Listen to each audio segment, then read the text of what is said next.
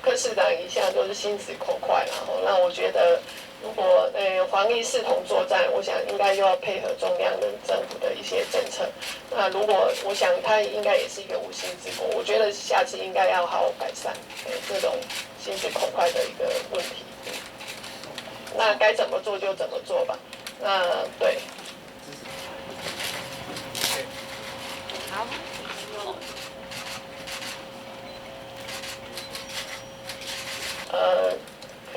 柯市长一向都是心直口快啦，那我觉得如果防疫视同作战，我想应该又要配合中央的政府的一些政策。那如果我想他应该也是一个无心之过，我觉得下次应该要好好改善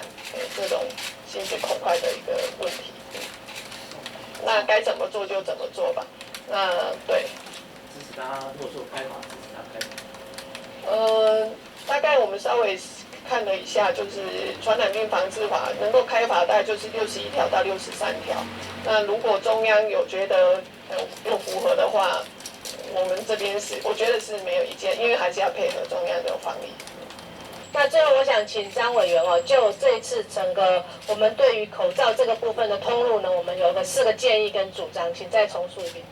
好，各位媒体先进就是我们这次的媒体记者会的最主要就是提出我们民众党的4个大的主张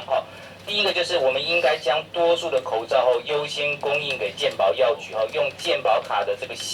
方式来限购也就是实名制那有效的管控数量，然后避免有心人士的这个大量囤购其实我们可以仿效就是澳门模式或者新加坡模式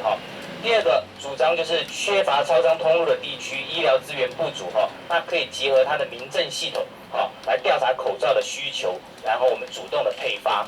那第3个主张就是我们延后开学的这些学校我们需提供它足够的口罩数量给政府立案的合法的安亲班、幼儿园跟补习班尤其是这些幼儿口罩的这个部分我们要加强。那最后一个主张是既有的超商通路我们要协调厂商这个出厂时它甚至它就应该是以3到5片的小包装来出货了不要让这个通路的在进行这个分装的这个人力的这个负担的加重还有造成第2次的这个污染的这个风险所以这以上除了就是我们刚才各位委员谈的其他的各小点之外我们这4大主张我们就建议这个中央政府的疫情管控单位要好好的审慎的去把它做出来然后能够把我们的这个疫情防治好。好，以上谢谢。好。